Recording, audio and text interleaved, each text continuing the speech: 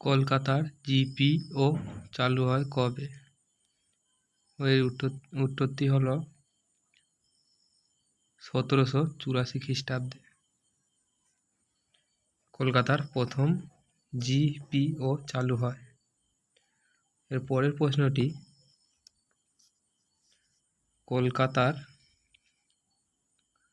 কলকাতার রাজভবন তৈরি কবে শুরু হয়?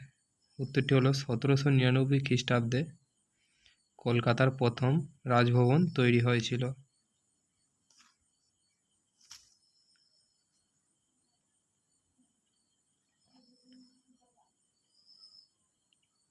3 নম্বর প্রশ্ন, কার আমলে কলকাতায় মেডিকেল কলেজ প্রতিষ্ঠিত হয়?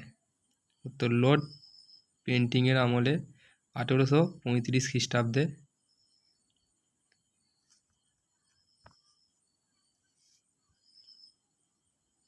4 নম্বর প্রশ্ন, কলকাতা মেডিকেল কলেজের জমি কে দান করেন?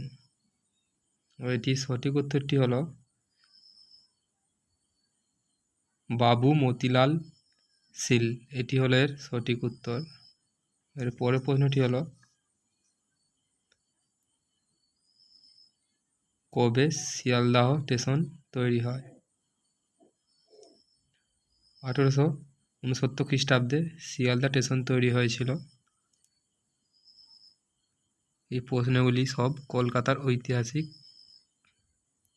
কিছু প্রশ্ন।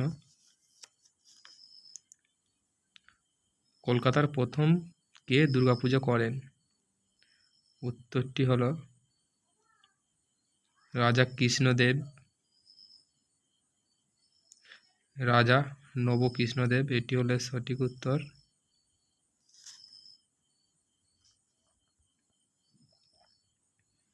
কলকাতার প্রথম পাকার বাড়ির মালিক কে? লক্ষ্মীকান্ত মজুমদার। ওইটি প্রথম স্থাপিত হয়েছিল লালদিঘির কাছে।